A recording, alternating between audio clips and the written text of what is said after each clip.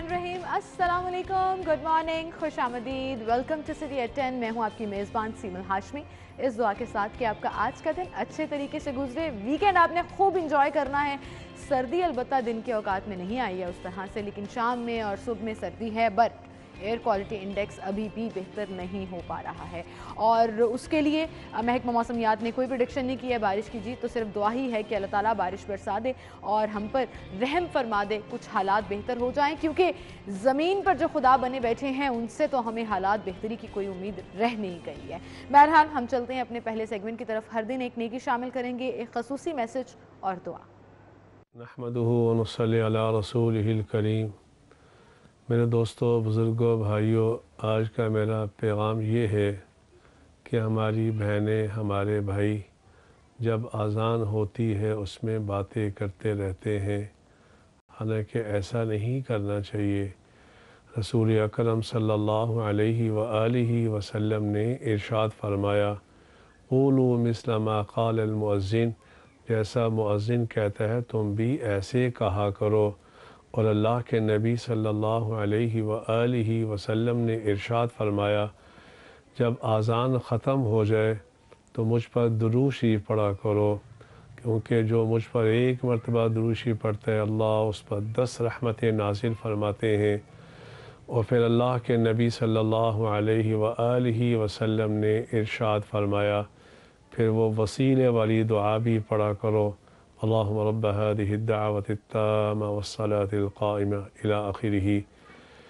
हुज़ूर अकरम सल्लल्लाहु अलैहि वसल्लम ने फरमाया, जो ये करता है उसके लिए मेरी शफ़ाअत करना वाजिब हो जाता है। इसी अमल छोटा सा है, हुज़ूर की जिसे शफ़ाअत मिल जाए, रब्बे काबा की कसम वो दुनिया में भी कामयाब, आखिरत में भी कामयाब। अल्लाह मुझे भी आपको भी इस सुन्नत पर अमल करने की तौफ़ीक़ अता फ़रमाए। आमीन आमीन आमीन आमीन सुम आमीन। इसी के साथ आगे बढ़ेंगे जी और वेदर की तरफ चलते हैं कि आज के लिए प्रेडिक्शन क्या की जा रही है। Today's weather.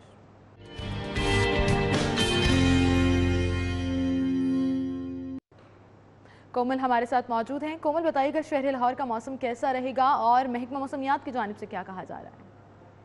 जी बिल्कुल, सिमल बागों का शहर अपनी पहचान खो रहा है और आलूदा तरीन शहरों की फहरिस्त में पहले नंबर पर है, जबकि दूसरे नंबर पर जो है वो इंडिया है।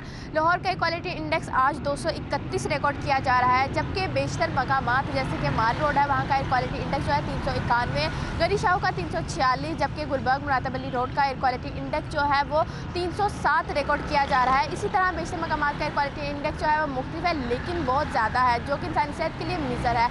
इसलिए जो है वो शहरों को हिदायत की जा रही है, घरों से निकलना अगर बहुत ज़्यादा ज़रूरी है तो मास्क इस्तेमाल को जो है वो यकीनी बनाया जाए, क्योंकि मास्क इस्तेमाल वाहिद सोल्यूशन है जो कि आपको बढ़ती हुई स्मोक की वजह से फैलने वाली बीमारियों से जो है वो महफूज रख सकता है। इसी तरह बात की जाए शहर लाहौर के मौसम के हवाले से तो बढ़ती हुई फ़िज़ाई आलूदगी ने शहर लाहौर के मौसम को भी अच्छा खासा मुतासिर का भी इजाफा हुआ है। सूरज ने आंखें भी दिखाई हुई हैं, थोड़ी सी सर्दी की शिद्दत में भी कमी देखने में आ रही है। दर्जा हरारत जो है वो ज़्यादा रिकॉर्ड किया जा रहा है, यानी कि मौजूदा दर्जा हरारत जो है वो 15 डिग्री सेंटीग्रेड रिकॉर्ड किया जा रहा है। शहरी जो है इस मौसम को इंजॉय कर तो रहे हैं, लेकिन सर्दी जो है वो अपना जोबन दिखाने में नाकाम दिखाई दे रही है, क्योंकि बारिशें भी शहर लाहौर में दाखिल नहीं हुई। बारिशें यूँ ही शहर लाहौर में दाखिल होंगी तो सर्दी जो है वो अपना जोबन भरपूर तरीके से दिखाएगी।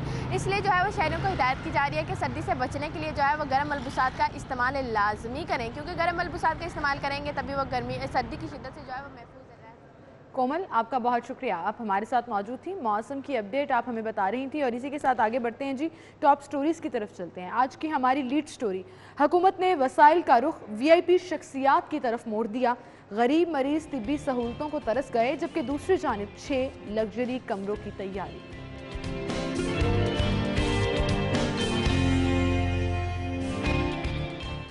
शहर की 27% तामीरात गैर कानूनी, LDA ज़िला इंतजामिया वॉल सिटी की कारकर्दगी पर सवालिया निशान। एलिवेटेड एक्सप्रेसवे मंसूबे पर काम फरवरी में शुरू होगा, डेडलाइन 15 माह की मुकर्रर, समरी वज़ीर आला को इरसाल। ई चालान को मजीद मौसर बनाने के हवाले से पंजाब सेफ सिटी अथॉरिटी में इजलास, इशारे काटने वालों पर शिकंजा सख्त होगा। ये थी हमारी टॉप स्टोरीज, इनको हम डिस्कस करेंगे। स्टूडियो में हमारे साथ सेरिफाई टू के सीनियर रिपोर्टर कज़ाफ़ी भट्ट मौजूद हैं। अस्सलाम वालेकुम कज़ाफ़ी भट्ट साहब, क्या हाल चाल है? कज़ाफ़ी भट्ट साहब, बहुत शुक्रिया आपकी तशरीफ़ आवरी के लिए। कोई भी गरीब आदमी जब बीमार पड़ता है तो अस्पताल में जाकर पहला सवाल ये होता है कि उसे ट्रीट कैसे किया जाएगा। एक बेड के ऊपर उसको रखा जाएगा या नहीं रखा जाएगा। रखा जाएगा मैं इसलिए कह रही हूँ क्योंकि सब ऑब्जेक्ट्स के तौर पर इस्तेमाल किया जाता है यहाँ पर गरीब लोगों को। एक एक बेड पर 3-3 मरीज़ों को लिटाया जाता है। वहीं पर साइड में आप देखें कि रियाया एक तरफ खड़ी है और अशराफिया के लिए आलीशान लग्जरी कमरे बनाए जा रहे हैं कि अगर खुदा न खास्ता वो बीमार होते हैं तो उनको हम यहाँ ट्रीट करें। देखिए, पहले तो मैं एक चीज़ वाज़ेह कर दूं कि जो भी कमेंट करूँगा मेरे ज़ाती होंगे, इदारे से उसका कोई लेना देना नहीं है। कहाँ पे हैं अब ये YDA वाले और कहाँ पे हैं ये जो बड़ा शोर मचा के OPDs बंद कर देते हैं। मैं उस तरफ भी आता हूँ, लेकिन पहले देखें सबसे मेन चीज़ यही है, यही शोर मचाते हैं ना YDA वाले और बाकी डॉक्टर्स कि जी हॉस्पिटल्स के अंदर मरीज़ों को सहूलियात नहीं मुयस्सर हैं तो हम इसलिए ये बंद कर रहे हैं, हम एहतजाज पर हैं, ये वगैरह वगैरह। तो मुझे बताएं, ये जो 6 लग्जरी बन रहे हैं कमरे, इसके ऊपर अभी तक इन्होंने एहतजाज का ऐलान क्यों नहीं किया? क्यों नहीं बाहर आए ये अभी तक कि जी जाके बेचारे अपने रोने रो रहे हैं? बट साहब, सर कौन से रोने रो रहे हैं? MTI एक्ट हो गया, लाइसेंसिंग के लिए पढ़ना पड़ रहा है ना, NLE हो गई जी, पढ़ना पड़ रहा है ना, पढ़ना पड़ रहा है ना, पढ़ना पड़ रहा है ना, ये मसाइल है ना, उनको पढ़ना पड़ रहा है, हाउस जॉब करनी पड़ेगी, पैसे कम मिलेंगे, ये करना पड़ेंगे ना। एनी हाउ, ये तो एवं दिखावे की उनके सारे चीज़ें हैं।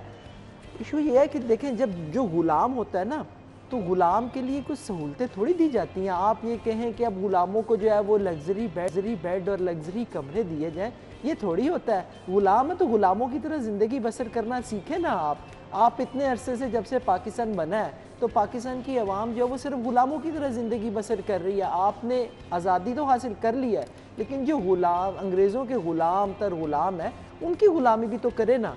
आपके लिए सहूलतें नहीं है, आप ये भूल जाएं कि आपको ये सहूलतें मिलेंगी।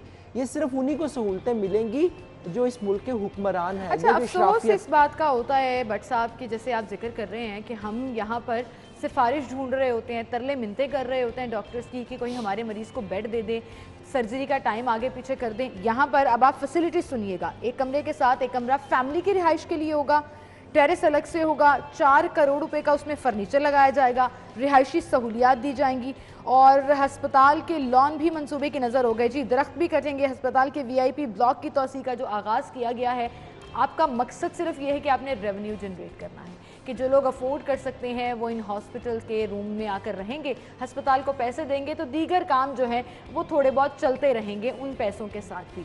लेकिन जो बेसिक फैसिलिटीज़ हैं, एक तरफ आप नारा लगाते हैं आपने हेल्थ कार्ड देना है और अगले हफ्ते से पंजाब और लाहौर में भी आप ये शुरू कर देंगे कि सब ख़ानदानों को हेल्थ कार्ड मिलेंगे। दूसरी तरफ फैसिलिटीज़ तो रख दें, क्या करना है उस कार्ड का जब आपको हॉस्पिटल में जाकर फैसिलिटीज़ ही नहीं मिलेंगी? पहली बात तो ये है कि उस कार्ड के ऊपर आपके जो मेजर हॉस्पिटल्स हैं ना, मैं आपको बताऊं वो नहीं है। ये आपको बड़ा वाजे बता रहा हूँ, मैं हॉस्पिटल्स के नाम नहीं लूँगा जी, जो बड़े प्राइवेट हॉस्पिटल्स हैं वो नहीं है, उन्होंने इस कार्ड को तस्लीम नहीं किया। इसलिए ये ज़हन में मत रखिएगा कि जो कार्ड मिलेगा तो इसके ऊपर आप हॉस्पिटल के अंदर जाके इलाज करवा सकेंगे और आपका ID कार्ड ही ये कन्वर्ट कर रहे हैं उसके अंदर। पहली चीज़ तो ये 2 चीज़ें तो हो गई। तीसरी चीज़ जो है, ये जो कमरे बनाए जाएंगे ये शराफिया तो अफोर्ड कर लेगी, इसके अंदर ज़्यादातर आपके हुक्मरान तबका MNAs MPAs उनके रिलेटिव आके रहेंगे। और आपका क्या ख्याल है, वो MNAs MPAs जो आके वहाँ पे रहेंगे उसका बिल पे करेंगे? उसका बिल नहीं पे करेंगे। उसका बिल जो है वो पंजाब असम्बली या कौमी असम्बली या पार्लियामेंट के जो भी पार्लियामेंट जो है वो पे करेगी। और वो पे कहाँ से होगा? वो आपके जो टैक्सेस के पैसे हैं उसमें से कट के वो उसमें जाएगा, ये उनकी पॉकेट में से किसी के नहीं जाना। और दूसरी बात है, जिस अशराफिया तबके की आप बात कर रही हैं वो इन सरकारी हॉस्पिटल्स के अंदर नहीं जाते हैं, वो जाते हैं प्राइवेट हॉस्पिटल्स के अंदर, जहाँ पे उनको पता है कि सहूलत में आपके सरकारी अस्पताल के अंदर कौन सी सहूलत आप मुझे बताएं। CT स्कैन मशीन तो आपकी चलती नहीं है, MRI के लिए आपको जो है वो महीनों का टाइम लेना पड़ता है, प्राइवेटली रिकमेंड कर दिया जाता है। एग्जैक्टली, या आपको कहते हैं कि फलां हॉस्पिटल चले जाए, वहाँ से जाके आप MRI करवा लें, फलां हॉस्पिटल चले जाए, वहाँ से जाके आप एक्सरे करवा लें। यहाँ पे तो सहूलत है ही नहीं। यहाँ पे किसने आना है? यहाँ पे सिर्फ आना है थोड़ी देर के लिए अयाशी मतलब आप ये कह रहे हैं कि एक्चुअली ये वीआईपी शख्सियात जो है उनका ताल्लुक भी गवर्नमेंट से ही है, उनको फैसिलिटेट करने के लिए, उनको फैसिलिटेट करने के लिए ये आम बाकी लोगों के लिए नहीं है। मैंने आपको वाजे किया, हर बंदा प्राइवेट हॉस्पिटल में जाके इलाज करवाता है, यहाँ पे नहीं आता। सरकारी हॉस्पिटल में दिखाएं कौन सा कोई अमीर घराने का तबका जो जाके वहाँ पे इलाज करवाता हो। इमरजेंसी तक की तो आपकी वो यूज़ नहीं करते भाई। जब आपके बेड पे ही जगह नहीं है, जब आपके वहाँ पे कमरे ही नहीं है, जब आपके कमरे सीलन ज़्यादा है, तो वहाँ पे कैसे जाएंगे आप? ये सर आप गुलाम हैं, गुलामों की तरह जिंदगी बसर करें। ज्यादा अफसोस पता है क्या होता है कि लोगों ने तब्दीली पे यकीन कर लिया था। सर लोगों ने कहा था कि ये ये जो हुकूमत है ये आएगी और हमारा कल्चर क्या, वीआईपी कल्चर क्या, हर चीज़ तब्दील करके रख देगी और बेहतर पाकिस्तान होगा। लेकिन अफसोस ये है कि गुज़श्ता पाकिस्तान से बुरे हालात चल रहे हैं और वीआईपी कल्चर ख़त्म नहीं हुआ। जैसे कहते हैं ना लाहौरी ज़बान में शशके, वो शशके नहीं मुक पा रहे हैं, ये तो वाज़े हो गया। लेकिन वहीं पर एक अच्छी खबर है, अली रामी की खबर है। आपने एयर एम्बुलेंस सर्विसेज के लिए 10 जो हेलीकॉप्टर्स हैं वो ख़रीदे जाएंगे। 1 अरब 16 करोड़ रुपए तक बढ़ाने की इसकी मंजूरी भी दे दी गई है बजट की। तो ये एक अच्छी खबर है, क्योंकि दूर अफ्ताब के इलाकों से जब मरीज़ों को लाहौर लाया जाता था या खुदा न खास्ता कोई एक्सीडेंट हो जाता था, अहमदपुर शर्किया का इंसिडेंट आपको याद होगा, जब वहाँ फट गया, ऑयल टैंकर फट गया और कितने लोग झुलस गए और उन्हें लाहौर लाना था और टाइम जो है वो बड़ा क्रूशल था। तो एयर एम्बुलेंस इस तरह के वाक़यात में बहुत ज़्यादा हेल्पफुल रहेगी। आप मुझे बताएं, आपके नहीं, बड़ी अच्छी खबर है, बिल्कुल नो डाउट, बड़ी अच्छी खबर। मरीज को वो एयर एम्बुलेंस देंगे कि एयर एम्बुलेंस अच्छा, मैं थोड़ी सी करेक्शन कर दूं, मैंने गायरो कॉप्टर जो है वो खरीदे जाएंगे, वो हेलीकॉप्टर हो गया जी। आप मुझे बताएं, ये जो चीचा वतनी का कोई देहात है, वहाँ से किसी को लाना होगा, ये उसको हेलीकॉप्टर देंगे? हेलीकॉप्टर का फ्यूल आपको पता है कितने में खर्च हो, कितने लग जाता है? सर करोड़ों रुपए का फ्यूल लग जाता है एक यानी कि मैं पंजाबी कहूँगा एक फेरे वास्ते। तो आप मुझे बताएं, ये उस गरीब को देंगे जिसको वहाँ से ऑपरेशन किसी हादसे की सूरत में यहाँ पे लेकिन अभी तो सीरियसनेस नजर आ रही है बट साहब, सालाना उसकी जो फीस है वो 5 करोड़ रुपए होगी, स्टाफ की ट्रेनिंग कराई जाएगी, तनख्वाहों पर 2 करोड़ 56 लाख रुपए खर्च किए। बिल्कुल होगा भाई, उस हेलीकॉप्टर को चलाना है तो उसके लिए आपको स्टाफ तो रखना है ना, ट्रेन स्टाफ ही रखना है ना। ट्रक ड्राइवर तो उठा के नहीं वहाँ पे रखेंगे, तो आपने स्टाफ तो रखना है, वो जरूर ट्रेन करवाया जाएगा। लेकिन इस बात की क्या गारंटी है कि ये गरीब के लिए इस्तेमाल होगा हेलीकॉप्टर? मुझे आप बताइए। ये गरीब के लिए नहीं है, आप चीज़ को समझें। गरीबों के लिए यहाँ पे कुछ भी नहीं है सीमल, कुछ भी नहीं है। आप आज का दिन ये नोट कर लीजिएगा, ये बनेगी एम्बुलेंस सर्विस, लेकिन इस एम्बुलेंस सर्विस के ऊपर कोई गरीब मरीज जो है मियाँ हॉस्पिटल, गंगाराम जनरल हॉस्पिटल या जिना हॉस्पिटल मुंतकिल नहीं होगा।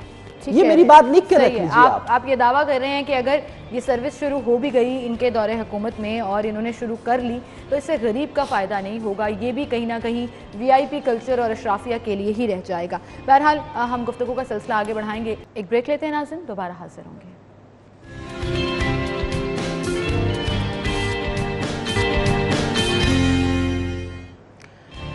वेलकम बैक, एक बार फिर से आपको खुशामदीद कहेंगे हम नाज़रीन और अपनी अगली खबर की तरफ चलेंगे। कब्ज़ा माफिया, गैर कानूनी तामीरात शहर में भरमार नज़र आती है। तजावुज़ात की जब हम बात करते हैं तो मुस्तकिल, टेम्परेरी, हर तरह की तजावुज़ात शहर में नज़र आती हैं जो ना सिर्फ शहर का हुस्न गहना देती हैं बल्कि ट्रैफिक में वाज़े तौर पर खलल का बायस भी बनती हैं। और अभी जो हम खबर डिस्कस करने जा रहे हैं जी, शहर की 70% तामीरात गैर कानूनी है। ये इंकशाफ हुआ है, ना कोई नक्शा पास होता है, कमर्शलाइजेशन की कोई मंजूरी नहीं ली जाती, जिसका जहां दिल करता है इमारत जितनी लंबी करनी हो, ऊंची करनी हो, लंबी से मेरी मुराद जितने मर्जी फ्लोर डालने हो वो डाल के अपनी मनमौजें कर रही हैं। अब LDA ज़िला इंतज़ामिया वॉल सिटी की कारकर्दगी पर सवालिया निशान तो है। DG एंटी करप्शन ने दावा किया है कि हम कार्रवाई करेंगे। जब इतने डिपार्टमेंट कुछ नहीं कर सके तो आपको लगता है कि एंटी करप्शन डिपार्टमेंट जो है वो इसमें रोल प्ले कर सकेगा? मट्टी पाओ, कोई और खबर है? नहीं, अभी तो खबर यही है, यही खबर है। मसला ये है, अफसोस की खबर है, 70% एक बहुत बड़ा नंबर है बट साहब। आप सही कह रही हैं, मैं ये नहीं कह रहा हूँ वो गलत कह रही हैं भाई। खबर दिया रिजवान साहब ने और रिजवान साहब की खबर दुरुस्त ना हो सवाल ही पैदा नहीं होता। मसला ये है कि 70% ये क्या आप इन लोगों के खिलाफ कार्रवाई करेंगे? पहले तो मुझे ये बताइए, क्या जो इसके अंदर मुलविस है, LDA, ज़िला इंतज़ामिया, वॉल सिटी, क्या इनके खिलाफ कार्रवाई होगी? अब चेक एंड बैलेंस ही नहीं है बट साहब, यहाँ पे तो हालात ये हैं कि आपका जहाँ जिस तरफ दिल करता है आप घर रुख बना के शुरू कर देते हैं। जितना आपने जो रोड है, जो बायलॉज के मुताबिक गवर्नमेंट की प्रॉपर्टी है, आप ये बड़ा गिराज जो है वो उसके ऊपर भी तामीर कर लेते हैं। ऐसी बहुत सी मिसालें आपको नजर आएंगी। देखिए बिल्कुल है, इसमें कोई दो राय है ही नहीं है। ये 70% शायद काम होगा, मैं आपको बताऊं मेरा जाती ख्याल है ये 90% होगा, ये 90% होगा किसी except for those housing societies जिनका अपना चेक एंड बैलेंस। अभी आप हाउसिंग सोसाइटीज के अंदर घुसेंगी तो हाउसिंग सोसाइटीज के अंदर आपको अलग से जो है वो बाई लॉज की खिलाफ वर्जियां नजर आएंगी। जो हाउसिंग सोसाइटीज ने अपनी बाई लॉज बनाए होंगे उनकी तरफ मत जाइए, नहीं तो ये एक ऐसा पेंडोरा बॉक्स है, अगर आप खुलेंगे तो आपको यही लगेगा कि पूरे का पूरा शहर जो उनसे है वो गैर कानूनी तौर पे जो है वो खड़ा है। मैं ऑनेस्टली आपको बता रहा हूँ। देखिए ना, माल रोड है, फिरोजपुर रोड है, इसके अंदर आप ये देखें शादरा है, केनाल, यानी कि क्या जब यहाँ पे तामीरात हो रही थी सीमल, ये बताइए उस वक्त किसी को नजर नहीं आ रहा था? डीजी एंटी करप्शन भी तो यहीं पे घूम फिर रहे होंगे ना, कहीं बाहर से तो नहीं वो आए ना कि अमेरिका से वो सारी जिंदगी अमेरिका रहते रहे हो या यूके में रहते रहे हो तो उनको पता नहीं लगा। देखिए यहीं पे घूमते फिरते होंगे ना, पूरे शहर के अंदर ही कहीं ना कहीं, यानी कि जितने एरियाज हैं कभी ना कभी तो वहां से गुजरे होंगे ना। ये इनको उस वक्त क्यों नहीं ख्याल आया कि यार ये इतनी सारी गैर कानूनी तामीरात हो गई हैं, कोई राह चलते हुए तामीर होती हुई नजर भी आ गई होगी? ये तो नहीं है ना कि तामीरात नहीं है। मैं हमेशा एक मिसाल देती हूँ कि ये जो बड़ी बड़ी तामीरात आप कर देते हैं गैर कानूनी तौर पर नक्शा अप्रूव कराए बगैर, ये ऐसे तो नहीं है कि आप सुई में धागा डाल रहे हैं और किसी को नजर नहीं आया और आपने चुपके से डाल लिया। ये बाकायदा तामीर हो रही है, बड़ी बड़ी बिल्डिंग्स जो है वो आपको नजर आ रही होती हैं जो गैर कानूनी हैं, जो नहीं हो सकती हैं। अब एक मसला तो ये है कि जी नक्शा अप्रूव नहीं कराया, ये गैर कानूनी हो गया। दूसरा मसला ये भी है कि रिहायशी इलाकों में जब अलाउड नहीं है कमर्शियल एक्टिविटीज़ में, लोगों ने घरों में कमर्शियल एक्टिविटीज़ शुरू की हुई हैं, पूरी पूरी बिल्डिंग्स को कमर्शियल कर दिया, कोई पूछने वाला नहीं है। ये तो हाल है कि हम गुंजान आबाद इलाकों की बात कर रहे हैं जहां पर कमर्शलाइजेशन रिहायशी इलाकों में भी हो रही है। सैकड़ों हाउसिंग सोसाइटीज़ तो LDA से अप्रूव ही नहीं है, उनके बारे में ये क्या जवाब देंगे? मैं वही तो आपको अर्ज कर रहा हूँ कि आप हाउसिंग सोसाइटीज़ के अंदर जाएंगी तो आपको ये अलग से पेंडोरा बॉक्स खुलता हुआ नजर आएगा। इतना बड़ा ये बॉम्ब है जिसके ऊपर हम लोग बैठे हुए हैं, जब ये फटेगा तो कुछ भी बाकी नहीं रहेगा। आपके हुकूमती वुज़रा ऐसे हैं जिन्होंने रिहायशी इलाकों के अंदर जो है वो कमर्शियल तौर पर काम शुरू कर दिया, बेकरियां बना लिया, पता नहीं क्या क्या बना लिया। किसी का नाम लूंगा तो फिर बहुत सारी चुभन होगी लोगों को। बात यह है कि क्या इनको ये नजर नहीं आ रहा था, अब इन्होंने ये दावा कर दिया। अच्छा चलें, अच्छी बात है, बहुत जबरदस्त इन्होंने काम किया, इन्होंने ये चीज सामने ले आई, लेकिन इस बात की क्या गारंटी है कि जो ये 70% अब तामीरात हो गई हैं इनको गिरा दिया जाएगा या इनके अंदर मुलविस अफराद जो हैं उनके खिलाफ कार्रवाई? अच्छा, अगर ये कार्रवाई करना चाहें भट्ट साहब और नीयत रखें तो हो सकता है, आप चेंजेस करके, आप फाइन्स भरवा कर हर चीज़ को रेगुलेट कर सकते हैं। ये कोई इतना मुश्किल काम नहीं है। आपको याद है शहबाज शरीफ साहब के दौर में ये एक मंसूबा इस तरह से शुरू हुआ था कि आपने इंक्रोचमेंट के खिलाफ कार्रवाई शुरू की थी और मेन बुलेवार्ड के ऊपर ही इतने प्लाजाज हैं जिनके एक्स्ट्रा फ्लोर्स नक्शे की खिलाफ वर्जी पर बने थे और वो गिरवा दिए गए थे, आपको याद है? फिर उसके बाद उसमें फुल स्टॉप भी लग गया था, वो भी याद होगा आपको। अभी तक फुल स्टॉप है। हाँ, उस चीज़ को अगर ये कंटिन्यू रखें तो कर सकते हैं ना। ये अपनी पूरी जो टेढ़े मेढ़े पॉलिसीज के जो शाखसाने हमें नजर आते हैं उनको बेहतर कर सकते हैं। देखिए, आप अपना खजाना और हुकूमत का खजाना तो भर लेंगे, लेकिन जो नुकसान हो गया वो कैसे कवर होगा? यानी कि जो सारी बेढंगी इसकी तामीरात हुई हैं उसको कैसे कवर किया जाएगा? वो कवर नहीं हो सकती ना। इशू ये है कि आपकी किसी भी पॉलिसियों के अंदर तसलसल नहीं है। तो फिर आपका क्या ख्याल है कि जो कराची और सिंध में हुआ, हाई कोर्ट की तरफ से जो अहकामात आए, फिर अदालत को इंटरवीन करना पड़ेगा, हर चीज़ हम क्या ये छोड़ सकते हैं कि वहाँ से ही ऑर्डर्स आएंगे तो काम होगा? अदरवाइज़ जो लोग मुतल्लिका हुकाम हैं, इदारे हैं, गवर्नमेंट है, उनको अपनी जिम्मेदारी का एहसास नहीं। आपको याद है कराची में भी क्या हुआ? नेस्ले टावर के हवाले से गैर कानूनी था, सख्त डिसीजन लिया गया, अब उस पर दो राय है अलग अलग कि उसको कैसे टैकल किया गया, लेकिन क्या आपको लगता है कि सख्ती करने की ज़रूरत है इन चीज़ों को बेहतर करने के लिए लाहौर में? माफ़ी दे दें आप, ना वो कराची वाली बात मेरे से करें, अदालत की बात ना करें, तौहीन अदालत हो जाएगी। फिर मैं बड़ा सख्त कमेंट करूंगा इसके ऊपर। ये जब तामीरात होती हैं उस वक्त ये सारे लोग कहाँ पे सोए होते हैं, आप मुझे बताएं। ये सारे सोए मरे होते हैं उस वक्त। आपने जो सख्ती करनी है आप करिए। वो बेचारे कराची की बात आ गई ना, नस्ला टावर वाले जलील हो रहे हैं ना इस वक्त, उन्होंने तो पैसे दे दिए ना, उनको पैसे कौन देगा? अच्छा वो स्टोरी अलग है, बट मेरे कहने का मतलब सिर्फ ये था कि तजावुज़ात के खिलाफ ऑपरेशन होना चाहिए, जीरो टॉलरेंस के साथ होना चाहिए, लेकिन सबसे पहले कटहरे में उनको खड़ा करें जो इस तमाम मेस के जिम्मेदार हैं, जो ये पूरा फैलता चला गया। 70% गैर कानूनी तामीरात हो गई। जो LDA के अफसरान, जो वॉल सिटी अथॉरिटी के अफसरान, जो ज़िले इंतजामिया के अफसरान मुलव्वस हैं, उनके खिलाफ कार्रवाई होनी चाहिए। इसी जी आप लास्ट कमेंट अपने दे दीजिए। ये तसलसल नहीं है, ये नहीं हो सकता, सवाल ही पैदा नहीं होता। ये दूध का एक उबाल है जो उठा है। बड़े नाउमीद लग रहे हैं वैसे मुझे। मैं इसलिए कह रहा हूँ कि देखे ना, हर चीज में आप ये कह रहे हैं कि ये नहीं हो सकता। मैं इसलिए कह रहा हूँ कि मैं इसलिए कह रहा हूँ कि मेरी एक जिंदगी बीत गई है इस शहर के अंदर इन तमाम हालात को देखते हुए। कोई एक चीज मुझे बता दें। I am 47 years old now. आप मुझे बताएं, मैं इस 47 सालों के अंदर मैंने एक भी चीज, एक भी इदारा दुरुस्त होते हुए नहीं देखा। मैंने बिगाड़ जरूर देखी है, इदारा दुरुस्त होते हुए नहीं देखा। मुझे आप बताएं, मैं ना उम्मीद नहीं हूं। अच्छा, इदारे दुरुस्त होते भी नहीं है, लेकिन आपको किरण तो नजर आए ना, आपको किसी जगह से में तो नजर आना चाहिए कि आप जा रहे हैं, लेकिन वो नजर नहीं आ रहा। पता नहीं, अल्लाह जाने आपकी ये डिसअपॉइंटमेंट गवर्नमेंट से है, ब्यूरोक्रेसी से है, ये किससे है। लेकिन बहरहाल गवर्नमेंट इस लिहाज से तो जरूर एक्टिव हो गई है कि शहर में तरक्याती काम हो रहे हैं और थोड़ा सा स्पीड के साथ भी हो रहे हैं। ऑलरेडी 2-3 ऐसे प्रोजेक्ट्स हैं, मेगा प्रोजेक्ट्स, जिन पर काम चल रहा है। वो चाहे शाहकाम फ्लाईओवर है, दाता साहब के पास जो फ्लाईओवर और अंडरपास है, या गुलाब देवी वाला है। अब एक और जिसकी बहुत ज़्यादा अनाउंसमेंट की जा रही है और उसको बहुत ज़्यादा पॉजिटिव वे में ट्रीट किया जा रहा है, वो एलिवेटेड एक्सप्रेस वे है जो गुलबर्ग से मोटरवे तक बनेगा। और अब उन्होंने ये अनाउंस कर दिया है कि हम फरवरी में इसको शुरू करेंगे और 15 माह की डेडलाइन, यानी कि हुकूमत के जाने से पहले कोशिश करेंगे कि इसको पूरा। इलेक्शन कब है? सॉरी, इलेक्शन कब? 2023 में। 23 में बाय बुक जो है वो 2023 में। तो आगे 2022 है जी, इलेक्शन की कैंपेन है। अच्छा, ये इलेक्शन मतलब ये मंसूबा चलता रहेगा, लेकिन ये कैश कराया जाएगा। आपने इलेक्शन कैंपेन चलानी ना, आपने तरक्याती मंसूबे, सड़कें, एयर एम्बुलेंसेज, ये सारी चीजें ये बड़ी तेजी के साथ आपको बाज़ाहिर नजर आएंगी, कंप्लीट हो रही है। मैं खुद भी सोच रही थी कि इस साल देखिए ना, आपको बहुत सारी चीजें देखिए, अगला पूरा साल आपका इलेक्शन कैंपेन। आप कह रहे हैं इसका मतलब सियासतदान बन गए हैं वो लोग जो हुकूमत कर रहे हैं? तो सियासतदान वो पहले भी थे। हाँ, अच्छा। पहले भी थे। देखिए सियासतदान थे, I have my doubts on that, लेकिन आप सही कह रहे हैं। देखिए, अगर सियासतदान थे तो अवाम को बेवकूफ बनाया ना तब्दीली के नाम के ऊपर।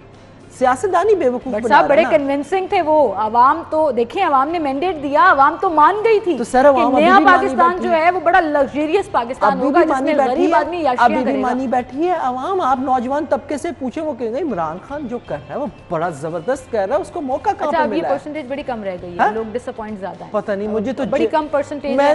अक्सर हम अपने शोज वगैरह में भी देखते हैं जहां जेन्युइन अवाम की राय सामने आती है। वो एनी हाशमी का शो देख लीजिए, वो आप फरवा का शो देख लीजिए, और बहुत से सर वो आप जिनसे पूछते हैं ना, वो अवाम है, जो मासिस है। वो आप गली मोहल्लों बाजारों में जाके पूछते हैं, ये लोग इफेक्टेड है। लेकिन जब आप कॉलेजेस में जाके बात करेंगे ना, यूनिवर्सिटी के, तो आप कह रहे हैं अभी भी मकबूलियत कम नहीं हुई है हुकूमत की। चलें जी, आप 47 ईयर्स ओल्ड है ना, तो आपको डिसअपॉइंटमेंट हो गई है। नौजवान नस्ल अभी भी हुकूमत को सपोर्ट करी और वो कहेंगी वाह वाह बड़ा जबरदस्त मंसूबा है जी, और ये अच्छा मंसूबा है रिगार्डलेस ऑफ द फैक्ट कौन सी गवर्नमेंट कर रही है। लेकिन इंफ्रास्ट्रक्चर बहुत मैटर करता है किसी भी शहर की तरक्की के लिए। और बट साहब मुसलसल हंसते चले जा रहे हैं। मुझे लगता है ये पाकिस्तान तहरीक इंसाफ की जब बीट करते थे तो ये बड़ा सपोर्ट करते थे, और सबसे ज्यादा नाउमीद भी वही हो गए हैं। आप मेरे जो मर्जी शो निकाल लें, आप भी मेरे साथ शो करती रही हैं, अना भी करती रही हैं, आयशा इस बात की गवाह, मेरा कोई शो निकाल के देख लें, मैंने कभी इस हुकूमत को सपोर्ट नहीं किया। हाँ, अच्छे काम को जरूर सपोर्ट किया जब भी कोई हुआ। वो भी मुझे अब कम नजर आना शुरू हो गया, आप ज्यादा डिसअपॉइंट हो गए हैं। एनीवेज जी, we taking a short break, दोबारा हाजिर होते हैं हमारे साथ।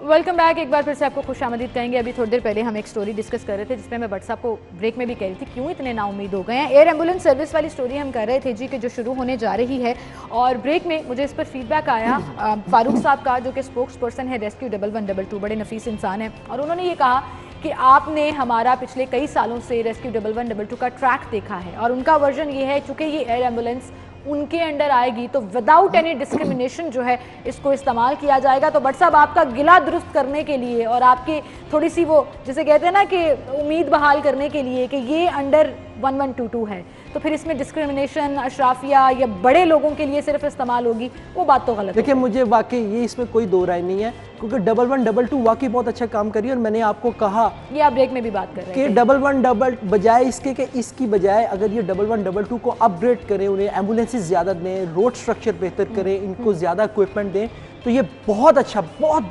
ज़बरदस्त परफॉर्म कर सकते हैं। ये अभी भी कर रहे हैं। और अगर ये कह रहे हैं तो मैं बिलीव करता हूँ कि ये 1122 फारूक साहब आपका बड़ा शुक्रिया, आपने हमारे नाउमीद रिपोर्टर की उम्मीद बहाल कर दी है जी। और कुछ इदारे वाकई में हैं जी, कोई दो राय नहीं, over the year limited resources के साथ भी बड़ा ज़बरदस्त परफॉर्म कर रहे हैं, बड़ा अच्छा काम कर रहे हैं। और ये उम्मीद हमारी रेस्क्यू 1122 से कायमो दायम है और मैं बड़े वसूख से ये कहती हूँ कि मुझे बड़ा प्राउड है इस अदारे पर। लेकिन बट साहब एक तो आपका मूड हमने यहाँ से ठीक कर दिया, थोड़ी सी उम्मीद बहाल कर दी, दूसरा आपका मूड ज़रा और अच्छा करते हैं। आयशा दिखाइए जो कल से शुरू हुआ है ब्राइडल कट्योर वीक और उसका पहला दिन, और ये हैं जी कुछ मनाजिर और झलकियाँ ब्राइडल कट्योर वीक की, जिसमें आपने देखा कि ब्राइडल फैशन वीक ये जो मनाया गया, जिसमें रैंप के ऊपर जो है वो मॉडल्स वॉक कर रही थी और अरूसी मलबूसात ज़ेबतन किए उन्होंने रैंप पर वॉक की। हम ब्राइडल कट्योर वीक की झलकियाँ दिखाएं, लेकिन आपको हमने ये दिखा दिया कि शादी सीजन है बट साहब, और एक तरफ तो ब्राइडल कट्योर वीक शुरू हो गया। क्या कहना चाहिए, मैं वैसे बताना चाह रही थी कि बड़े बड़े प्यारे प्यारे ब्राइडल ड्रेसेस जो हैं वो नहीं, डिफरेंट आप की तरफ से आए हैं। टाइम हमारे पास खत्म हो गया, लेकिन मैंने आपका मूड ठीक कर दिया। आपको भाभी मेरी बड़ी फेवरेट है, तो सोचिएगा नहीं तो आप क्यों दिखा रही हैं? नाज़िन बच्चा बहुत शुक्रिया आपका, आप हमारे साथ मौजूद थी।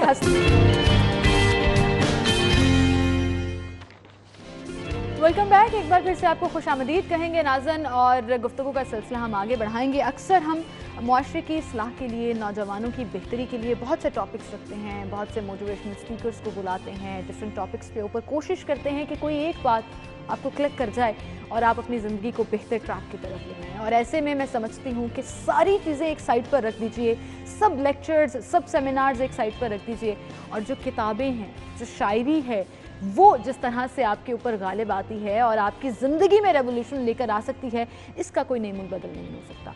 हमारे आज के दौर में बड़े बड़े शायर मौजूद हैं और बड़ी ज़बरदस्त अपना ये काम भी कर रहे हैं, जिनको बहुत ज़्यादा पज़िराई मिलती भी है। लेकिन वो क्या समझते हैं कि किस तरह से हम अपनी नौजवान नस्ल को शायरी के ज़रिए, राइटिंग्स के ज़रिए, किसी भी किस्म के कंटेंट के ज़रिए उम्मीद की तरफ लेकर आ सकते हैं। ख़ास तौर पर आजकल के हालात में जब हम देखते हैं कि बहुत ज़्यादा डिप्रेशन है, बहुत ज़्यादा फ्रस्ट्रेशन है, वो चाहे बेरोज़गारी का है, वो महंगाई का है, ज़िंदगी के किसी भी मामले का है, दिल टूटने का ही क्यों नहीं है, क्योंकि नौजवानों में अभी भी बड़ी परसेंटेज दिल टूटने से ही नाउम्मीद होती है।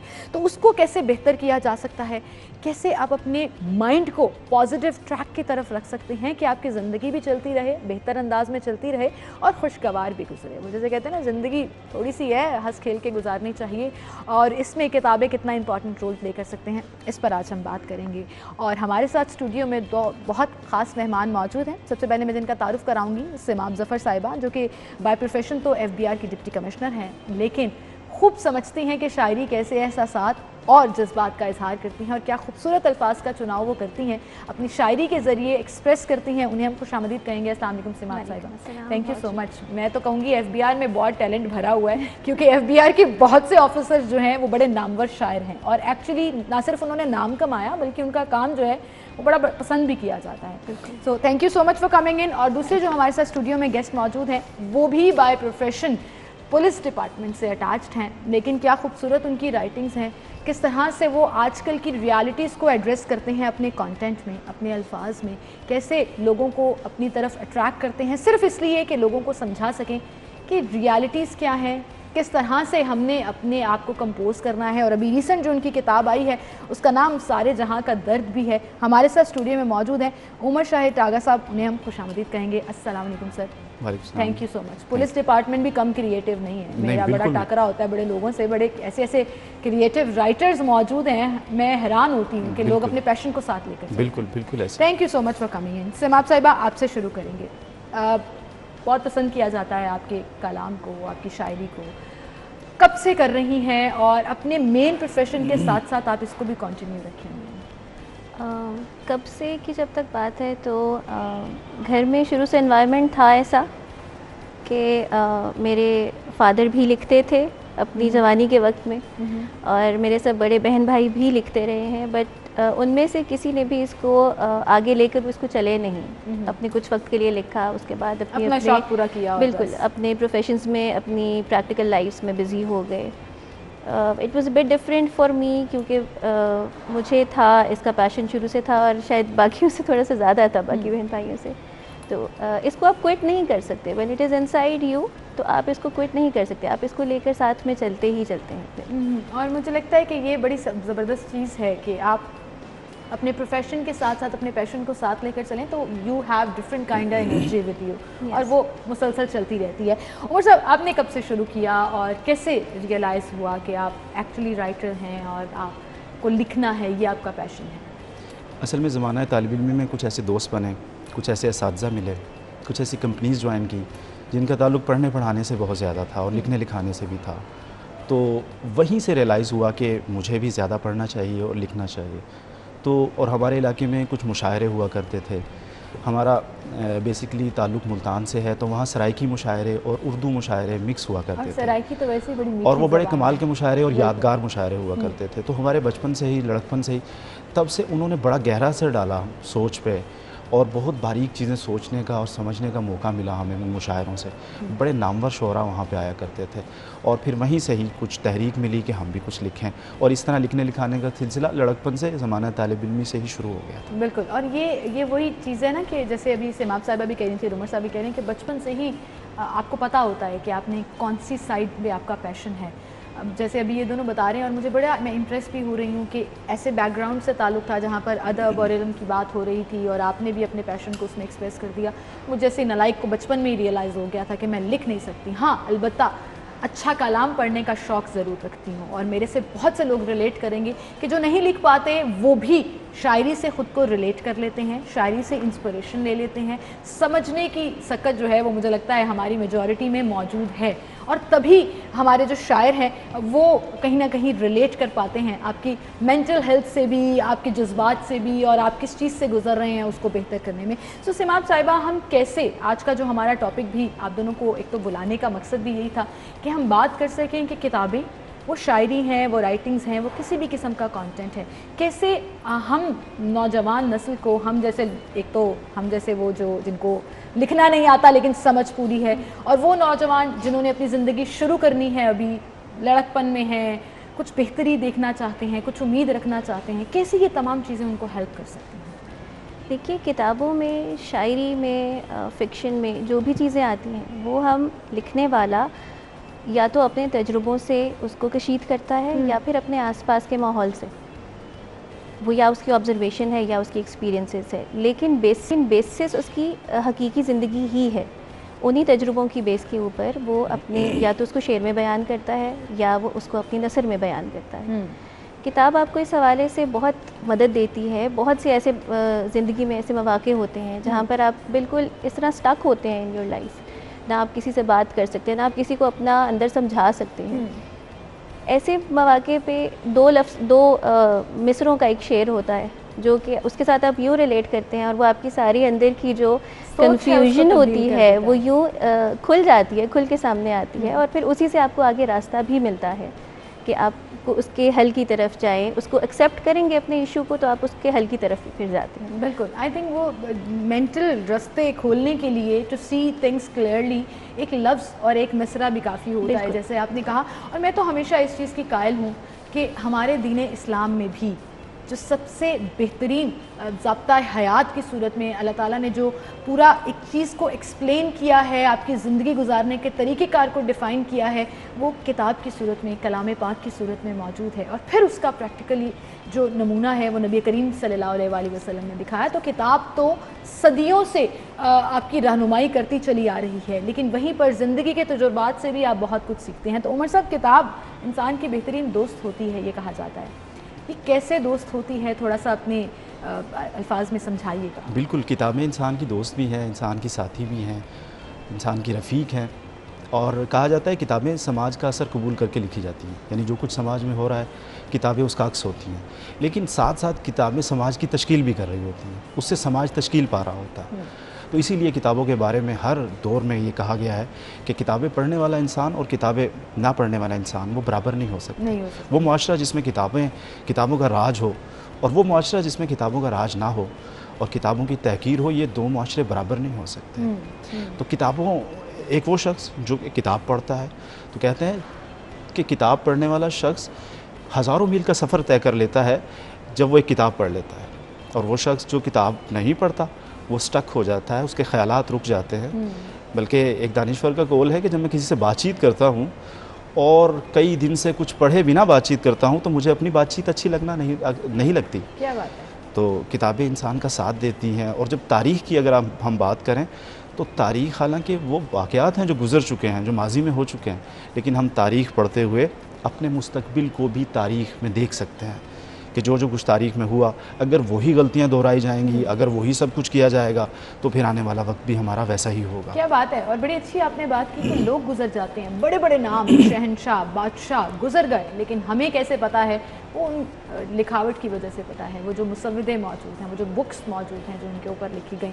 तो ये वो तरीक़ेकार है जिससे आप अपना एक्सपोजर ना सिर्फ फ्यूचर में, प्रेजेंट में, बल्कि पास्ट में भी बढ़ा सकते हैं। एंड यकीन जानिए कि इससे बेहतरीन चीज़ और कोई नहीं होती है। सिमाब साहिबा, जनरली कहा जाता है कि एक इंसान जो पैशन रखता है उसकी पर्सनालिटी भी वैसे हो जाती है। आपका प्रोफेशन आपके पैशन से बड़ा मुख्तलिफ है, ड्राई है। FBR में रहकर पूरा हर वक्त काउंटिंग्स एंड नंबर्स एंड हर चीज़ का ख्याल रखना है जो बिल्कुल ही ड्राई है, जिसमें आप उस तरह से काम की एनर्जी तो दे सकते हैं लेकिन उस तरह से आप खुश नहीं हो सकते, वो नहीं कर सकते। दूसरी तरफ आपने अपने बड़े लाइवली से, बड़े नाजुक से, सेंसिटिव से टॉपिक के ऊपर जो है वो अपने पैशन को रखा हुआ है। कैसे मैनेज होता है ये दोनों चीज़ें? मैनेज करने से ज़्यादा मुझे लगता है कि शायरी मुझे तो मदद करती है। अच्छा। To stay normal in my life, अपने इतने खुश, जैसे आपने कहा, प्रोफेशन को साथ लेकर चलते हुए, उसमें कुछ ना कुछ आपके पास ज़िंदगी में ऐसा ज़रूर होना चाहिए। आर्ट आपके पास वो ये ऐसे मौके लेकर आता है जहाँ पे आपको महसूस होता है कि हाँ, यू आर अलाइव। आप बिल्कुल अपनी जॉब में ख़त्म नहीं हो गए, वहीं उसके ही रूखेपन में आप नहीं रह गए, बल्कि आर्ट आपको वो मौका देता है कि आप अपनी लाइफ की दूसरी खूबसूरत चीज़ों को भी एक्सपीरियंस करें, उनको साथ ले, आपका वो पार्ट ख़त्म ना हो जाए वहाँ पे। जैसे जॉब आपकी ज़िंदगी का एक हिस्सा है, वैसे ही इस तरह के कोई लिखना चाहता हो, कोई मुसव्विरी करता हो, मौसीकी हो, ये सब चीज़ें आपको ज़िंदा रखती हैं अंदर से, ये आपको मरने नहीं देती। बिल्कुल, ये आपको मरने नहीं देती जी। और यही वो चीज़ें हैं जो आपके दिमाग की एनर्जी के लिए भी बहुत ज़्यादा ज़रूरी होती हैं। उमर साहब, मैं आपसे रिक्वेस्ट करूँगी कि कोई एक गज़ल, अपना कोई कलाम आप अपनी इस किताब में से सुनाइए, सारे जहाँ का दर्द। जी, बुनियादी तौर पे इस किताब में गज़लें भी हैं और कुछ नज़में भी हैं जी। तो ये पेड़ नहीं यूं ही समरबार ज़्यादा, ये पेड़ नहीं यूं ही समरबार ज़्यादा, मौसम ने इसे बख्शे हैं आज़ार ज़्यादा। ये पेड़ नहीं यूं ही समरबार ज़्यादा, मौसम ने इसे बख्शे हैं आज़ार ज़्यादा। तूने अभी सारे नहीं गिनवाए मेरे दोस्त, तूने अभी सारे नहीं गिनवाए मेरे दोस्त, है मेरे गुनाह इससे भी दो चार ज़्यादा, है मेरे गुनाह इससे भी दो चार ज़्यादा। और मुफलिस के शिकम तक न पहुँच पाए तो फिर क्या, मुफलिस के शिकम तक न पहुँच पाए तो फिर क्या, गंदुम तो है पहले से भी इस बार ज़्यादा, गंदुम तो है पहले से भी इस बार ज़्यादा। और तोशा है मेरे साथ मेरी माँ की दुआ का, तोशा है मेरे साथ मेरी माँ की दुआ का, अब कोई भी रास्ता नहीं दुश्वार ज़्यादा, अब कोई भी रास्ता नहीं दुश्वार ज़्यादा। और ये पेड़ नहीं यूं ही समरबार ज़्यादा, मौसम ने इसे बख्शे हैं आज़ार ज़्यादा। क्या बात है, बहुत खूब, बहुत खूब। कहाँ से शुरू हुआ ये और फिर बीच में तमाम रियलिटीज़ ऑफ लाइफ जो है वो आ गई। और इसी गज़ल के जवाब में मैं सिर्फ ये कहना चाहूँगी, अल्लाह ताला हम सब की माओं को सलामत रखे जी, सब बहारें जो हैं वो उन्हीं से हैं। एक ब्रेक की तरफ चलते हैं, दोबारा हाजिर होंगे, हमारे साथ रहिएगा।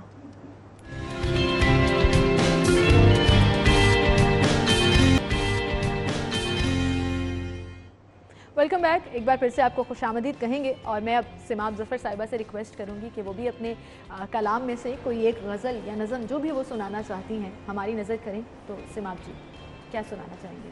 मैं आपको एक गज़ल के कुछ अशार सुनाती हूँ। रात होती है तो एक ख्वाब सदा देता है, रात होती है तो एक ख्वाब सदा देता है, आँख लगते ही मगर कौन जगा देता है, वाह, आँख लगते ही मगर कौन? कौन जगा देता है। जानिए कैसी रफ़ाकत है कि हम हंसते नहीं, क्या अजब साथ है जो दिल को थका देता है, खूब, क्या बात। वाह, क्या अजब साथ है जो दिल को थका देता है। जब ज़माने की हवाएं मुझे गुल करती हैं, कोई चुपके से मेरी लौ को बढ़ा देता है। अरसाए हिज्र में वो सेंचता है फसले मलाल, अरसाए हिज्र में वो सेंचता है फसले मलाल, और मुलाकात पे एक फूल नया देता है, वाह, और मुलाकात पे एक फूल नया देता है। बेनियाजी का ये आलम है मेरे दोस्त के दिल, बाज़ औक़ात तेरा गम भी भुला देता है। अरे अरे, वाह, क्या बात है, बहुत खूब। ज़बरदस्त ज़बरदस्त, और क्या खूबसूरत तरीके से आपने हम तमाम जज्बात को पिरो दिया अल्फाज में। मुझे ये बताइएगा कि जैसे हम बात कर रहे हैं कि किताबें, शायरी कहीं ना कहीं आपकी दिलो दिमाग को चेंज करने की सलाहियत बहुत स्ट्रांगली रखती हैं, लेकिन क्या आपको लगता है कि मॉडर्न दौर जैसे जैसे आ रहा है, जैसे जैसे हम आगे बढ़ रहे हैं, जो किताबों से दूरी है वो हमारे mobile phones, laptops, social media तक महदूद हो गई, क्या आपको लगता है कि कहीं पीछे रह गया ये काम, किताबें और तमाम राइटिंग्स? आपका इस पर क्या पॉइंट ऑफ व्यू? ऐसा है, बिल्कुल है। सोशल मीडिया के आने से, क्योंकि ये दिस इज़ इजी एंटरटेनमेंट, अब सोशल मीडिया में इंटरेक्शन हर चीज़ बहुत आसान है। किताब पढ़ने के लिए हौसला चाहिए, किताब पढ़ने के लिए वक्त चाहिए, और ये दोनों चीज़ें आजकल हम लोगों में से किसी के पास भी बहुत मुश्किल से ही हुआ बिल्कुल करती हैं। सही। इसलिए उसका आसान हल यही निकला है कि, लेकिन आप देखिए कि इसके दो पहलू हैं। ठीक है, ये भी हम लोग मानते हैं कि सोशल मीडिया की वजह से शायरी या इस तरह ऐसे दूसरे जो फ़नून हैं, इनका मयार थोड़ा सा कहीं ना कहीं नीचे भी आया है। आम फहम होने के लिए, लोगों को आम कि आसानी से समझ आ जाए, तो शोरा ने कुछ अपने मयार से नीचे आकर भी लिखा है, ताकि उन तक आसानी से, मैसेज तक आसानी से लोगों पहुंच तक सके। पहुंच हो बिल्कुल। सके। लेकिन दूसरी तरफ उसका जो अगर हम फ़ायदा देखें तो वो ये है कि किताब हर एक नहीं पढ़ता। सोशल मीडिया हर एक की एक्सेस में है, बिल्कुल हर सही। तरीके से इस पे जितने भी आपके एवेन्यूज़ हैं, तकरीबन तमाम लोग ही इस्तेमाल करते हैं उसको। उसकी वजह से कम ये ज़रूर हुआ है कि कुछ ना कुछ सुनना शुरू सुनने कर को दिया है ज़रूर मिलता सबने। है, शायरी जिंदा है और लोग रिलेट कर पा रहे हैं उससे। उमर साहब, आप इस पर क्या कहेंगे? सोशल मीडिया प्लेटफॉर्म, क्या आपको लगता है कि शायरी के रिवाइवल में अपना रोल प्ले कर सकेगा? रिवाइवल मैं इसलिए कह रही हूँ कि अदीबों का ये शहर, शायरों का ये शहर, और वहीं पर अदीबी और अदबी जो बैठकें हैं, सरगर्मियाँ हैं, वो बड़ी मांद पड़ गई, बहुत लिमिटेड हो गई, कम हो गई, कॉर्नर्ड हो गई। क्या आपको लगता है सोशल मीडिया इसको रिवाइव कर सकता है, बेहतरी की तरफ ला सकता है? जी बिल्कुल, किताबों से दूरी तो हुई है सोशल मीडिया की वजह से, और लोगों ने वैसे जो किताबों में पहले लोगों का टाइम था और पढ़ते थे, वो ज़रा कमी आई है। लेकिन अगर इसका हम मस्बत रुख देखें तो सोशल मीडिया की वजह से शायरी को फ़रोग़ भी मिला है। सोशल मीडिया की वजह से वो शोराए कराम जो दूर उफ्तादा इलाकों में रहने वाले थे, किताबें शाया नहीं करवा सकते थे, और बड़े अदबी और इल्मी हलकों तक उनकी रसाई नहीं होती थी, वो अपना कलाम लिख के और मैसेज तक ज़्यादा लोगों तक पूरे मुल्क पहुँचाने में के नहीं काबिल बल्कि पूरी हुए, दुनिया पूरी में दुनिया कहीं में पर भी पहुँचाने बैठा के कोई भी काबिल शख्स वो हुए पढ़ सकता है। अगर हम रीसेंट पास को देखें जिसमें सोशल मीडिया नहीं था, तो ऐसे लोग भी हमने देखे हैं जिनका कलाम, जिनकी शायरी, जिनकी लिखत बहुत शानदार थी, लेकिन वो वक्त की गर्द के तले दब गए, क्योंकि वो इल्मी मराकज़ से दूर उन्होंने अपनी ज़िंदगियाँ गुजारी। ऐसे प्लेटफॉर्म्स नहीं थे जहाँ पर वो उस चीज़ को परवान चढ़ा सकते और ज़्यादा तक लोगों की रीच हो सकती। सिमाब साहिबा, इस प्लेटफॉर्म से आप एक मैसेज जो देना चाहें लाहौरियों को, हमारे शहर लाहौर में बसने वालों को, क्या कहें? मुझे ये लगता है कि हम जितने तफरी के मौक़े हम लोगों के पास जितने कम हैं, उसकी वजह से हमारे अंदर पूरे एक माशरे के तौर पे हमारे अंदर शिद्दत पसंदी बहुत आती जा रही है। उसको काउंटर करने के लिए आर्ट के अलावा आपके पास दूसरा कोई हल नहीं है। बिल्कुल सही। चाहे वो जिस भी शक्ल में हो, जिस भी सूरत में हो। इसलिए लाइटन अप कीजिए ख़ुद को थोड़ा सा, और पढ़ा कीजिए, किताबों की तरफ वापस जाइए, शायरी सुनिए, देखिए, आपके पास फेसबुक और यूट्यूब हर जगह पर मौजूद है अब तो। बिल्कुल। किताबें पढ़िए, नसर पढ़िए, यही चीज़ें हैं जो आपको इस शिद्दत पसंदी से और इस फ्रस्ट्रेशन से बाहर निकाल सकती हैं। उमर साहब, आपका क्या मैसेज है? जी, मैं ये मैसेज दूंगा कि किताब दोस्ती को फ़रोग़ दिया जाए। मुताला, हमारे नौजवान मुताले से बहुत दूर हो गए हैं सोशल मीडिया की वजह से और दीगर बहुत सी वजूहात, शायद हम बहुत मसरूफ़ हो गए अपनी ज़िंदगियों में, लेकिन एटलीस्ट हमारे नौजवानों को मुताले की तरफ आना पड़ेगा। अगर हम इस शिद्दत पसंदी का और परस्ती का मुकाबला करना चाहते हैं तो हमें कौमों के उरूज ज़वाल की दास्तानें पढ़नी पड़ेंगी, हमें फ़िक्शन पढ़ना पड़ेगा, हमें शायरी पढ़नी पड़ेगी और अपने बच्चों को पढ़ने पढ़ाने की तरफ लाना पड़ेगा। बिल्कुल, और वो चाहे तालीमी इदारों में हो, वो पब्लिक लाइब्रेरीज़ की सूरत में हो, वो किसी भी सूरत में हो सकता है। ये कल्चर जब हम डेवलप करेंगे तो लोगों का रुझान खुद ब खुद उसकी तरफ आता चला जाएगा। आप दोनों का बहुत शुक्रिया, आप हमारे साथ मौजूद थे।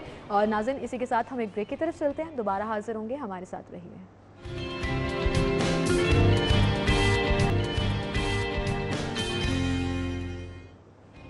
Welcome back. एक बार फिर से आपको खुशामदीद कहेंगे। नाज़रीन, ज़िंदगी में जब आपके हालात बड़े डिफरेंट हो जाते हैं, कोविड के बाद तो बहुत लोगों में परेशानियां, नाउमीदी और इतनी सारी चीज़ें पनपना शुरू हो गई क्योंकि सब कुछ बंद था, आप घरों में कैद थे। उसके बाद Aahista Aahista revival of life में कहूँगी शुरू हुआ। जैसे मैं अभी कुछ देर पहले जिक्र कर रही थी कि ब्राइडल कट्योर वीक शुरू हुआ है और उसका कल पहला दिन था और आज दूसरा दिन है। वहीं पर सिनेमा घर जब आबाद हुए तो लोगों में एक थोड़ा सा रिलैक्सेशन की सेंस आई कि at least they have some place to go to, आप कहीं जाकर इंजॉय कर सकते हैं। और ऐसे में पाकिस्तानी मूवीज़ फिल्म इंडस्ट्री के लिए एक बहुत बड़ा सवाल था कोविड के दिनों में। अब वो भी ऐसा लग रहा है कि दोबारा रिवाइव होगा। कुछ मूवीज़ आ चुकी हैं, कुछ पाइपलाइन में हैं जो आनी हैं। इन पर आज हम बात करेंगे। फिल्म ब्लॉगर राजा खिज़र यूनुस हमारे साथ मौजूद हैं, उन्हें हम खुशामदीद कहेंगे। अस्सलाम वालेकुम। वालेकुम क्या अस्सलाम। हाल चाल है? बड़े अरसे के बाद आपसे मुलाकात हो रही है बहुत क्योंकि अरसे बाद। सिनेमा इंडस्ट्री बंद हो गई, मूवीज नहीं थी, उस तरह से कुछ डिस्कस करने के लिए नहीं था। And I am so glad कि मैं तो बड़ा मिस कर रहा था। अब तो पूरी लिस्ट है हमारे पास जो हम डिस्कस करेंगे। तो सबसे पहले हम शुरू करते हैं जो लेटेस्ट मूवी आई और मेरे ख्याल से कोविड के बाद पहली मूवी जो रिलीज हुई पाकिस्तानी, खेल खेल में। जी बिल्कुल। कैसा रहा, कैसा बिजनेस किया इसने? खेल खेल में जी बिज़नेस तो उसका भी 3 हफ्तों की जो बॉक्स ऑफिस रिपोर्ट आई है 4 करोड़ 20 लाख का उसने बिज़नेस किया।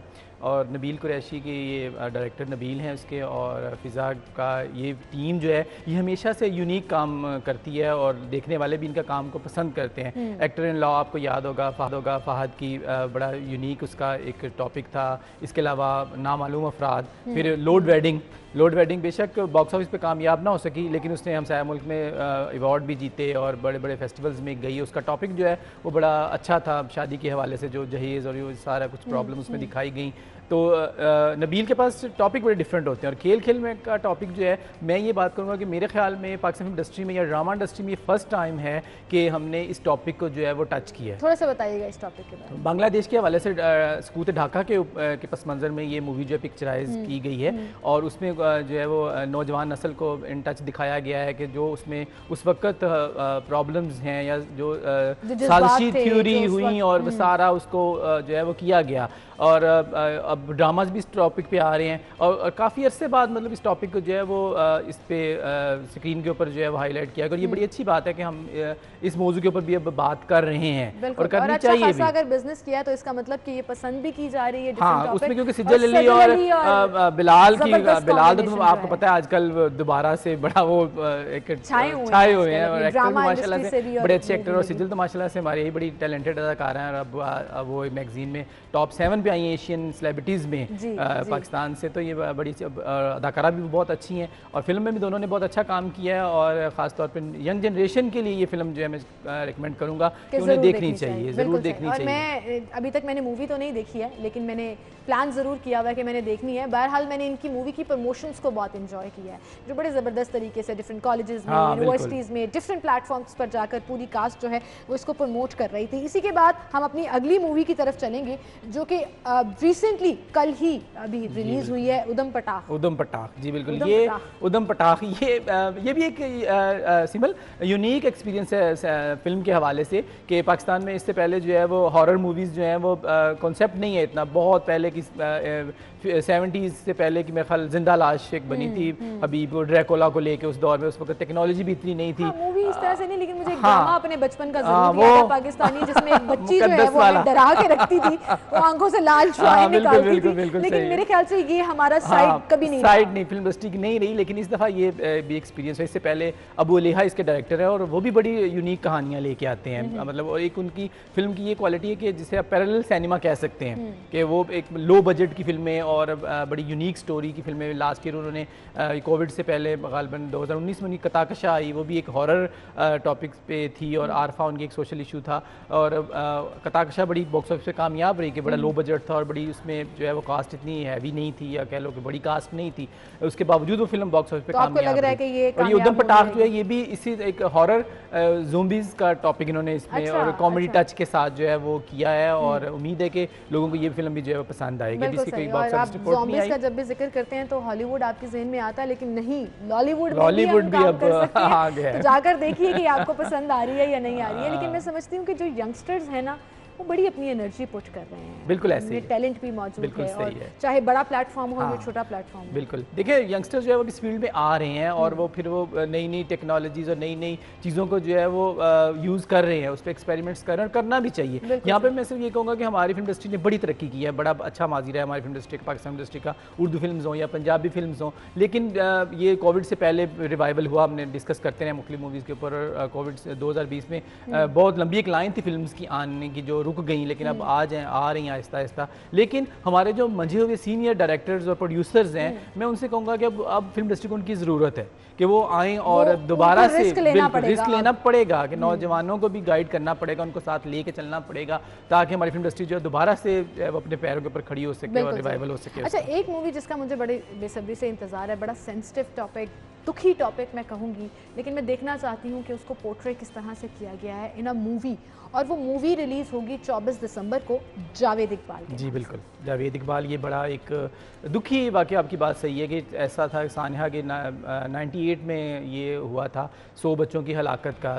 शायद आपको याद हो कि उस वक्त ये मीडिया ऐसा तो नहीं था, प्रिंट मीडिया के ऊपर ये सारी चीज़ें, ये वो दरिंदा सिर्फ इंसान तो मैं इसे कहूँगी नहीं ना, ये वो दरिंदा था जो बच्चों को तेजाब के ड्रम में जमा कर जलाया उसने, और ऐसा केस आया, और उसके ऊपर ये अबू अलीहा ने ये हिम्मत की है ऐसा सेंसिटिव टॉपिक जो है वो पिक्चराइज करने का, और ये फिल्म 24 दिसंबर को रिलीज़ हो रही है। इसमें जावेद इकबाल की वही सारा वाक़या, अब देखते हैं, इंटरेस्ट मुझे भी है, सबको यह है कि उन्होंने इसको किस तरह पेश किया है। सोशल मीडिया पर इस पर तनकीद भी हो रही है कि जावेद इकबाल ऐसा हीरो नहीं है हमारा, या कोई मतलब उसको ऐसा करैक्टर नहीं है कि उसके ऊपर स्क्रीन के ऊपर हम उसको दिखा सकें। लेकिन देखते हैं कि अबू अलीहा इस टॉपिक को किस तरह स्क्रीन के ऊपर पेश करते हैं, वो क्या दिखाना चाह रहे हैं। ट्रेलर तो इसका बड़ा ज़बरदस्त है, अगर आपने देखा है। यासर हुसैन खास तौर पे, मैं पंजाबी वही बात कहूँगा, उन्हें मेने ला देते हैं कि यासर पे बड़ी तनकीद होती है, वो लाहौर से आगे सीरीज और वो इस तरह, मतलब एक उसका खास जॉनर रहा है ना फिल्म करने का, कॉमेडी टच का। लेकिन इसमें यासर हुसैन ने जो है वो ज़बरदस्त कमाल दिखाया है, बड़ी ज़बरदस्त दिखाई है कि बिल्कुल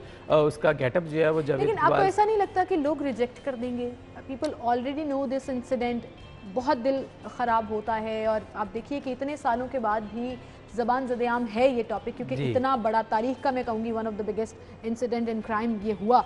लेकिन आपको नहीं लगता लोग फिर मूवी रिजेक्ट कर देंगे? नहीं, मेरा नहीं ख्याल कि मूवी रिजेक्ट होगी, क्योंकि ऐसी मतलब ऐसे करैक्टर जो हैं, मेरे ख्याल में उसमें कोई वजूहत ऐसी साइकोलॉजिकली या कोई चीज़ें दिखाई होंगी उन्होंने इसमें, ज़रूर पॉजिटिव तो सेंस हम नहीं रखते कि इस शख्स को या इस करैक्टर को उन्होंने पॉजिटिवली स्क्रीन के ऊपर पेश किया होगा। आखिर इसके बैकग्राउंड देखें, इस सानहे के बाद ही प्रोटेक्शन ब्यूरो का अदारा जो है वो वजूद में आया था। उससे पहले हमारे पाकिस्तान में या कम अज़ कम हमारे सूबे में जो है वो इस तरह का बच्चों के हवाले से कोई अदारा मौजूद नहीं था। लेकिन जब ये इंसिडेंट हुआ था 90, उसके बाद चाइल्ड प्रोटेक्शन ब्यूरो का जो है महकमा वजूद में आया, और अब वो बच्चों के लिए काम करे। देखिए कहीं पे भी चाइल्ड लेबर पे या किसी भी खुदा न खास्ता रेप या कोई ऐसा केस होता है तो फ़ौरन वो अपनी सर्विसेज प्रोवाइड करते हैं और बच्चों को प्रोटेक्ट करते हैं। तो देखिए उस वक्त इस सानहे के बाद ये चीज़ पॉजिटिव हुई, तो मैं उम्मीद करता हूँ फिल्म के बाद भी पॉजिटिविटी का कोई ना कोई असर होगा। पॉइंट्स जो हैं वो इसमें ज़रूर छोड़े होंगे। आपकी बात बिल्कुल ठीक है। 24 दिसंबर को ये रिलीज़ हो रही है और एक और मूवी आ रही है 17 दिसंबर को, कहे दिल जिदर, लेकिन उस पर अभी हम कमेंट्स नहीं ले सकते क्योंकि हमारे पास टाइम कम रह गया है। लेकिन जिन मूवीज़ पे कमेंट्स लिए, एंड आई एम श्योर कि फिल्म इंडस्ट्री को सपोर्ट करने के लिए, अपने आप को थोड़ा रिलैक्स करने के लिए आप ज़रूर जाएंगे, मूवी इंजॉय करेंगे और फिर अपना फीडबैक सोशल मीडिया पर ज़रूर शेयर करेंगे। अब तो बड़ा आसान हो गया है, मूवी को हिट देखना है या फ्लॉप देखना है, सोशल मीडिया के ऊपर रिव्यूज़ मौजूद हैं। बहरहाल बहुत शुक्रिया राजा खिज़र आपकी तशरीफ़ आवरी के लिए, आप हमारे साथ मौजूद थे। और दूसरी जानिब नाज़रीन, आपको अभी लिए चलेंगे एक खूबसूरत सी जगह पर, और जब भी हम खूबसूरत का लफ्ज़ इस्तेमाल करते हैं तो बागात, फूल, ऐसी चीज़ें जहन में आती हैं। तो गुले दाऊदी की नुमाइश है जी जलानी पार्क में, और फ़ाहद इस वक्त हमारे साथ मौजूद हैं वहाँ पर। बताइएगा क्या मनाजिर देख रहे हैं, क्या खूबसूरत समा देख रहे हैं आप? जी बिल्कुल, बागों के शहर लाहौर के जलानी पार्क में गुल दाऊदी फूलों की नुमाइश का एहतमाम किया गया है। नुमाइश जो है वो चौथे रोज़ में दाखिल हो चुकी है, जबकि यहाँ पर फैमिलीज़ आ रही हैं और लोगों की बड़ी तादाद यहाँ पर फूलों की नुमाइश देखने आ रही है। यहाँ पर 100 से ज़ायद फूलों की इकसाम यहाँ पर मौजूद हैं, जिन्होंने फ़िज़ा को जो है वो महका दिया है। शहरियों की जानिब से यहाँ पर कहना है कि इस तरह की जो नुमाइशें हैं, इस तरह के जो इकदाम हैं वो किए जाने चाहिए, जिससे जो पोल्यूशन है और स्मोग है, इन चीज़ों में भी फ़र्क पड़ता है, और जो फूल, खुशबू और सब्ज़ा जो है वो वैसे ही इंसानी सेहत के लिए बहुत फ़ायदेमंद होता है। तो इस तरह की जो एक्टिविटीज़ हैं वो होती रहनी चाहिए। यहाँ पर आप मेरे पीछे देख सकते हैं कि शहरी जो है बड़ी तादाद में अपनी फैमिलीज़ के हमरा यहाँ पर मौजूद हैं। यहाँ पर मुख्तलिफ़ गाड़ियों में, बगियों में और मुनफरिद अंदाज में जो फूल हैं उनको यहाँ पर सजाया गया है और लोगों के लिए पेश किया गया है, ताकि लोग यहाँ पर अपनी फैमिलीज़ के हमरा आएँ और फूलों की नुमाइश देखें। और इससे ये भी सबक हासिल होगा कि हमें अपने घरों में भी और बाहर भी जो है अपने जो है फूल हैं उनको लगाना चाहिए, ताकि जो सब्ज़ा ज़्यादा से ज़्यादा हो, जिससे पॉल्यूशन और स्मोक में भी कमी आएगी। इस तरह के इकदाम किए जाने चाहिए। यहाँ पर जो माली हजरात हैं और जो PHA की इंतज़ामिया है, उनकी जानिब से फूलों की जो है फूलों का ध्यान रखा जा रहा है, उनको बर वक्त पानी दिया जा रहा है और किसी को उनको छेड़ने नहीं दिया जा रहा, ताकि ये ख़राब ना हो जाए। बहुत शुक्रिया फ़हद, आप हमारे साथ मौजूद थे। Thank you so much, and thank you so much Lahore, मुझे इतने दिन बर्दाश्त करने के लिए, क्योंकि आज मेरा आपके साथ इस प्लेटफॉर्म पर ये लास्ट शो था। और अना यूसुफ जो आपकी रेगुलर होस्ट हैं, इंशाल्लाह वो मंडे से आपको दोबारा ज्वाइन करेंगी। मेरा और आपका साथ बड़ा ज़बरदस्त रहा, कुछ मेमोरीज़ भी ताज़ा हो गई पिछले कई सालों की, क्योंकि ये शो शुरू करने में 6 साल मेरा साथ रहा और उसके बाद गैप के बाद दोबारा आए तो मज़ा आया मुझे। लेकिन नेक्स्ट वीक से आप मुझे एक डिफरेंट अंदाज में, एक डिफरेंट प्लेटफॉर्म में और एक डिफरेंट शो में देखेंगे, एंड आई एम श्योर कि आपकी ये प्यार का सिलसिला मेरे साथ हमेशा जारी और सारी रहेगा। अपना ख्याल रखिएगा। अल्लाह हाफ़िज़।